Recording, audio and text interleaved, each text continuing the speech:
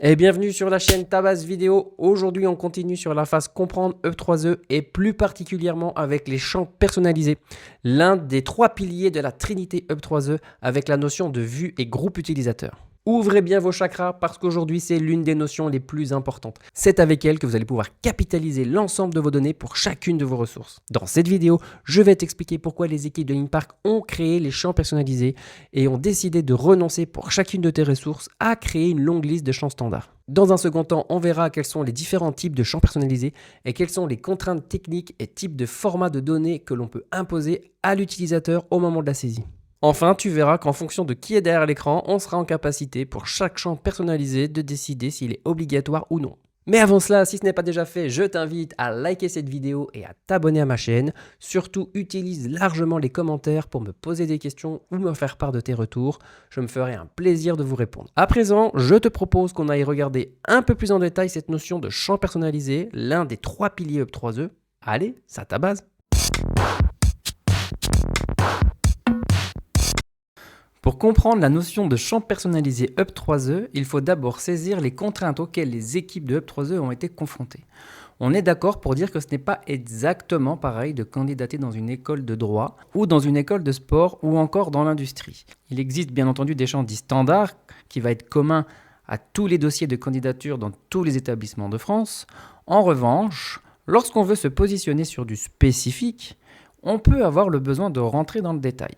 UP3E a donc décidé de renoncer à essayer de fournir une longue liste de champs standards au profit de champs personnalisés que vous allez pouvoir créer et modeler à vos besoins. Pour chacune des 8 ressources présentes dans UP3E, vous allez donc pouvoir créer des champs dits personnalisés. Chacun d'entre eux seront rattachés à l'une de ces ressources et il sera donc impossible de partager 2 champs pour une seule ressource. Ça veut donc dire que le champ date de suivi du candidat, par exemple, serait différent du champ date de suivi du contact entreprise qui serait également différent du champ date de suivi de l'entreprise, par exemple. Ainsi, la première étape que vous allez devoir faire en prenant en main UP3E, c'est de vous poser les bonnes questions. Pour chacune des ressources, quelles sont les informations que je vais devoir aller capitaliser auprès de mes contacts?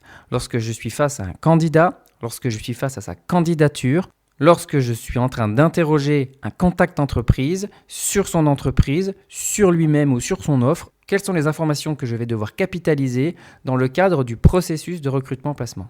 Parce que vos besoins sont toujours très spécifiques, UP3E a pensé à tout.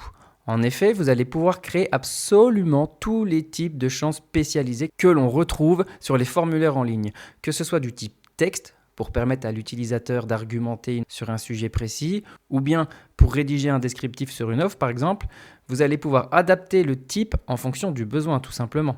Que ce soit les champs de type date ou bien les documents, vous allez pouvoir mettre des restrictions. Vous allez pouvoir exiger à votre contact que le CV soit fourni uniquement en PDF, et que la lettre de motivation, elle, soit fournie en Word par exemple. Vous retrouverez bien entendu des champs de type liste. Ces champs sont vraiment très efficaces puisqu'ils vont vous permettre d'être également dynamiques. C'est-à-dire que vous allez pouvoir afficher du contenu dynamique en fonction de l'interlocuteur qui se présente au formulaire. La force de l'ATS UP3E réside également dans le fait que pour chacun de ces champs, vous allez pouvoir définir lesquels sont obligatoires pour chaque utilisateur. C'est-à-dire que vous allez pour un même champ pouvoir permettre de le rendre obligatoire pour un contact entreprise, non obligatoire pour un candidat et obligatoire pour un recruteur école. Bref, je pense que vous avez bien cerné la philosophie de UP3E. Si vous ne trouvez pas votre standard, il vous suffira simplement d'aller le créer.